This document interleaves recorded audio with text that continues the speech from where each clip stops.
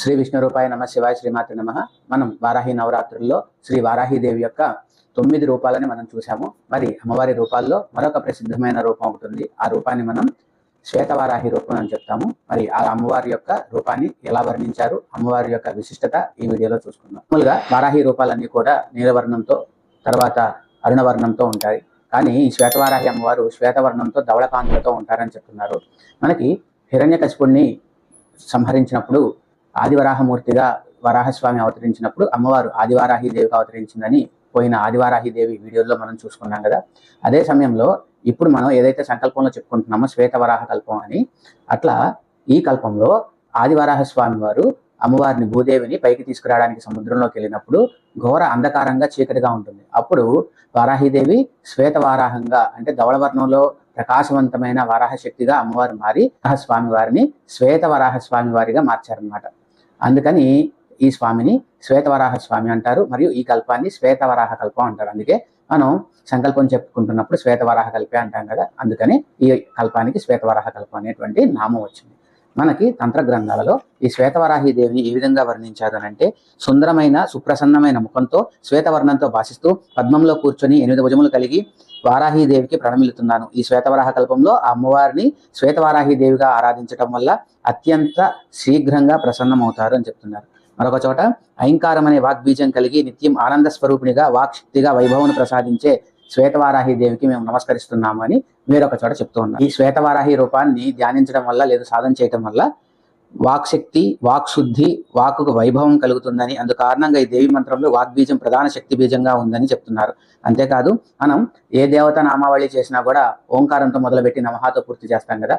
కానీ వారాహిదేవి ఏ రూపంలో ఉన్నా కూడా 2 బీజాక్షరాలతో చేయవచ్చు. ఐం గ్లౌమ్ అనేటువంటి ఒకటి సరస్వతి బీజం, 2 వారాహి బీజంతో అమ్మవారి సహస్రనామాలు మొత్తం కూడా ఇటువంటి మంత్ర దీక్ష లేకుండానే ఈ బీజాక్షరాలు రెండింటిని కలుపుకొని వారాహిదేవి యొక్క నామాలను అన్నింటినీ కూడా చక్కగా చేసుకోవచ్చు.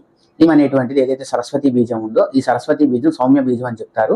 ఈ సౌమ్య బీజం యొక్క శక్తి అనేది మనకి వ్యాస మహర్షి దేవి భాగవతంలో సత్యవ్రతుని కథ రూపంలో ఆయన తెలియజేశారు. ఒకానొక కాలంలో మనకి కోసల దేశంలో దేవదత్తుడు అనేటువంటి బ్రాహ్మణుడు ఉండేవాడు. అతనికి చాలా కాలంగా పిల్లలు లేరు. అయితే శ్రీరాముడు యొక్క తండ్రి అయిన దశరథ మహారాజు ఎలా అయితే పుత్రకామేష్టి యాగం చేశాడో అలాగే తాను కూడా పుత్రకామేష్టి చేసి సంతానాన్ని పొందాలనుకుంటాడు. అప్పుడు అక్కడ ఉన్నటువంటి ఋషుల్ని మునుల్ని అందరినీ పిలిచినప్పుడు వాళ్ళల్లో యజ్ఞస్వల్కుడు, బృహస్పతి, పైలుడు, గోభీలుడు అనేటువంటి మొదలైన ఋషులు ఆ యజ్ఞానికి వస్తారనమాట.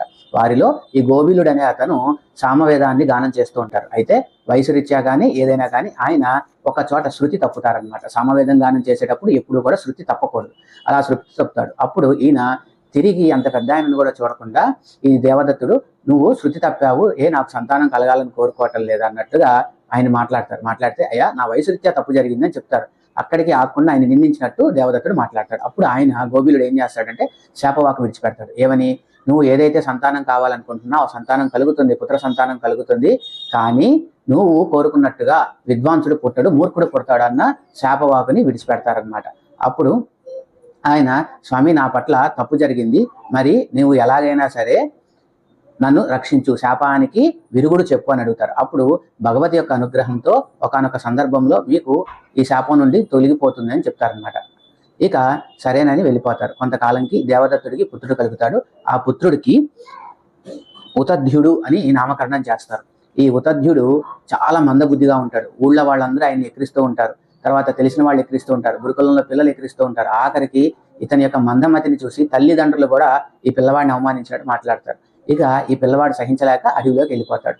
అడవిలోకి వెళ్ళిపోయి కుటీరం వేసుకొని అడవిలో దొరుకుతున్నాయో తింటూ బతుకుతాడనమాట. అప్పుడు అక్కడికి 14 సంవత్సరాల పాటు అడవిలో జీవిస్తూ బ్రహ్మచర్యాన్ని ఆచరిస్తూ సత్యవ్రతాన్ని చేస్తాడు. అంటే నిజం తప్ప ఇంకేమీ మాట్లాడు. అలాంటి సిచ్యువేషన్లో ఒకానొక రోజు ఒక వరాహము బోయవాడి చేత కొట్టబడి ఆయన దగ్గరికి వచ్చి పడుతుంది. ఆయన తపస్సులో ధ్యానంలోని చూస్తాడు. ఏంటని చూస్తే వరాహం మూలుగుతూ ఉంటుంది. తర్వాత ఆ వరాహాన్ని కొట్టిన వేటగాడు వచ్చి, స్వామి ఇక్కడ నేను ఒక వరాహాన్ని కొట్టాను, అది ఏమన్నా వచ్చిందా, ఈ రోజుకి నా కుటుంబానికి అదే ఆహారం అని అడుగుతాడు. అప్పుడు ఈయన లేదు అని చెప్పకుండా ఆయన సత్యవ్రతం భంగం అవుతుంది కాదని చెప్తే, అవును అని చెప్తే దాని ప్రాణం పోతుంది. 2 కూడా పాపంతో సమానం. అందుకని ఈయన ఆ వరాహం ఇంతకు ముందు అరిచింది కదా, ఆ అరిచినప్పుడు అయ్యిమ్ అని అరుస్తుంది అనమాట. ఆ అయ్యిమ్ అనేది పదే మనసులో తొలిచేస్తూ ఉంటుంది. అలా దాని మూలాన సరస్వతి బీజాక్షరం జాగృతి అయ్యి ఆయనకి అపారమైన మేధస్సు కలుగుతుంది. తనకున్న శాపం విమోచనం కూడా జరుగుతుంది. అలా సరస్వతి బీజ కటాక్షంతో సత్యవ్రతుడు చెప్తాడు, చూసేది చెప్పలేదు, చెప్పేది చూడలేదు అని.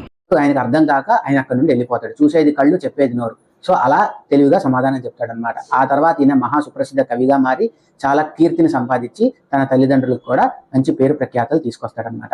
ఇది మనకి ఐం బీజం యొక్క కథ దేవి భాగవతంలో కనిపిస్తుంది. మరొక చోట కూడా ఈ ఐం అనేటువంటి సరస్వతి బీజం యొక్క మహత్తుని మనకి మార్కండేయ పురాణంలో శ్రీదేవి సప్తశతిలో మహాకాళిగా మారి అమ్మవారు మధుకైటబుల్ని సంహరించిన చోట ఈ యొక్క బీజాక్షర యొక్క శక్తి మనకి కనిపిస్తూ ఉంటుంది. సృష్టి అంతమైపోయినాక తిరిగి పునఃసృష్టిని ప్రారంభించినప్పుడు ముందుగా అమ్మవారు మహావిష్ణువుని ఉద్భవింపజేస్తారు. మహావిష్ణువు చెవి గుబిలో నుండి గుబిలి జారి క్షీర సముద్రంలో పడి ఇద్దరు పుట్టుకొస్తారు. వారే మధువు కైటబుడు. వీళ్ళిద్దరూ కూడా అక్కడే ఉండిపోయి ఆ పాల సముద్రంలో ఏం చేయాలో అర్థం కాదు. మనం ఎందుకు పుట్టామో తెలియదు, ఎందుకున్నామో తెలియదు, చుట్టూతో నీళ్ళైతే ఉన్నాయి, అసలు ఎక్కడి నుండి వచ్చామో తెలియదు అన్న ప్రశ్నలతో సతమతమవుతూ ఉంటారు. మధువు అంటాడు, మనం పాల సముద్రంలో ఉన్న ఇక్కడ ఉన్నటువంటి వాతావరణానికి కానీ ఇక్కడ ఉన్నటువంటి పరిస్థితులు మనకేం అవ్వట్లేదు కాబట్టి మనం ఇక్కడి వాళ్ళమే అని ఆయన చెప్తాడు. అయితే కైటబుడికి మటుకి తొలిచేస్తూ ఉంటుంది అనుమానం, ఏం చేయాలి, ఎలా తెలుసుకోవాలని. అప్పుడు ఆకాశం నుండి ఐం అనేటువంటి తీవ్రమైన ఒక శబ్దం వినిపిస్తూ ఒక వెలుగు కనిపిస్తుంది, శ్వేతవర్ణంలో వెలుగు కనిపిస్తుంది. అప్పుడు వాళ్ళు ఏదో దేవత మనకి మంత్రం ఉపదేశం చేసింది, ఈ ఐం అనే దాన్ని మనం జపం చేద్దామని చెప్పి పదే పదే ఆ ఐంకారాన్ని జపం చేస్తూ ఉంటారు. తంత్రశాస్త్రంలో ఏంటంటే పంచప్రణవాలని చెప్తారు. ఆ పంచప్రణవాల్లో ఈ ఐం అనేది కూడా ఒకటి. అలా ఐంకారాన్ని జపం చేయగా చేయగా వారిలో ఉన్నటువంటి శక్తి, మేధాశక్తి ప్రచోదనమైంది అనమాట. అప్పుడు తర్వాత అమ్మవారు వారిని కరుణించి ఏం వరం కావాలో కోరుకోమని అమ్మవారు ప్రత్యక్షమవుతుంది. అప్పుడు వారు తెలివిగా ఇచ్చామరణం ఎప్పుడైతే మేము అనుకుంటామో అప్పుడు చనిపోవాలని కోరుకుంటారు. వాళ్లే ఆ విధంగా అడిగితే వాళ్ళని సృష్టించిన దేవి ఇంకెంత తెలివిగా ఉండాలి, సరే అని ఇచ్చామరణాన్ని వరంగా అనుగ్రహిస్తారు. ఈ వరగర్భంతో వాళ్ళు ఏం చేస్తారు, శ్రీ మహావిష్ణువు నాభి నుండి ఉద్భవించిన బ్రహ్మదేవుడిని యుద్ధానికి రమ్మని గొడవ చేస్తారు. అప్పుడు ఆయన గోల పడలేక శ్రీ మహావిష్ణువుకి చెప్తారు. శ్రీ మహావిష్ణువు వారితో 5000 సంవత్సరాల పాటు యుద్ధం చేసినా వారు ఏమాత్రం శక్తి కోల్పోరు. అప్పుడు మహావిష్ణువు జగన్మాతని ప్రార్థించగా జగన్మాత మాయాశక్తిని ఉపయోగించి వారిని సంహరిస్తుంది. అంటే వారి యొక్క మాయ, అమ్మవారి యొక్క మాయ చేత వారి మరణాన్ని వారే కోరుకునేట్టుగా చేస్తుంది. అయితే ఇక్కడ మహామాయగా మహాకాళి యొక్క రూపాన్ని వర్ణిస్తారు. ఎంత అద్భుతంగా ఉండిద్దో చూడండి. 10 ముఖాలతో, 3 కన్నులతో, 10 చేతులతో, 10 పాదములతో, సర్వాభరణ భూషితమై ఇంద్రనీలమణిగా ప్రకాశిస్తూ తన చేతిలో ఖడ్గం, చక్రం, గద, ధనస్సు, పరిగా, శూలము, బాణము, ధనస్సును, భూసుండి, శంఖములు ధరించి విష్ణువును నిద్రిస్తున్న సమయంలో బ్రహ్మదేవుని ప్రార్థన వలన సంతోషించి మధుకైటవ సంహారానికి కారణమైన మహాకాళిని స్తుతిస్తున్నాము అని చెప్తారు. అంటే అమ్మవారు ఎంత తీవ్ర ఉగ్రరూపంతో కాళీదేవి మనకి ఇక్కడ సాక్షాత్కారం ఏందో చెప్తున్నారు అనమాట. ఇక ముఖ్యంగా శ్వేతవారాహిదేవి దగ్గరికి వస్తే, శ్వేతవారాహ కల్పంలో ఈ మూర్తిని పూజిస్తే భూ సంబంధమైన వ్యవహారాలు అంటే స్థలము, ఇల్లు, పొలములు మొదలైన స్థిరాస్తుల విషయంలో ఇబ్బందులు, ఆటంకములు, దుష్టప్రయోగాలను తొలగించే అత్యంత శీఘ్ర అనుకూలత ప్రసాదించే దేవతగా భావిస్తూ ఉంటారు. పొలములను బాగా పండించు దేవతగాను, దేశాన్ని సస్యశ్యామలంగా ఉంచు శక్తిగాను ఈ దేవతని ప్రార్థిస్తుంటారు. ప్రధానంగా స్వప్న వారాహి మంత్రం చేసే వారికి కూడా ఈ శ్వేతవారాహి దేవి త్వరగా అనుగ్రహిస్తుంది అని చెప్తుంటారు. అంతేకాదు వాక్శుద్ధిని, వాక్శక్తిని కూడా ఈ దేవి ప్రసాదిస్తుంది అని చెప్తుంటారు. అయితే ఇన్ని వీడియోల్లో నేను ఇన్ని వారాహి దేవి రూపాల గురించి చెప్పినా ఏ ఆలయంలో ఈ దేవతను దర్శించుకోవచ్చు అని మాత్రం చెప్పలేదు. కానీ మన అదృష్టం కొద్దీ మన ఆంధ్రదేశంలో శశాస్త్రీయంగా అమ్మవారిని శ్వేతవారాహి రూపంలో ప్రతిష్ఠ చేయబడినటువంటి ఆలయం తిరుమల దగ్గర ఉన్నటువంటి రాయల చెరువులో శ్రీశక్తి పీఠంలో పాతాళ ప్రత్యంగిరా సహితంగా అమ్మవారు మనకి దర్శనమిస్తుంటారు. పాతాళ ప్రత్యంగిరాదేవి, పాతాళ శ్వేతవారాహిదేవి, పైన మరకత శక్తి కాళీదేవిగా త్రిశక్తి రూపంతో అమ్మవారు మనల్ని అనుగ్రహిస్తూ ఉంటారు. కనుక ఈసారి ఎప్పుడన్నా తిరుపతి వెళ్ళినప్పుడు శ్రీ శ్వేతవారాహి అమ్మవారిని కూడా దర్శించి అమ్మవారి అనుగ్రహాన్ని పొందండి. శ్రీమాత్రే నమః. మరొక మంచి వీడియోతో మళ్ళీ కలుద్దాం. అప్పటి వరకు సెలవు.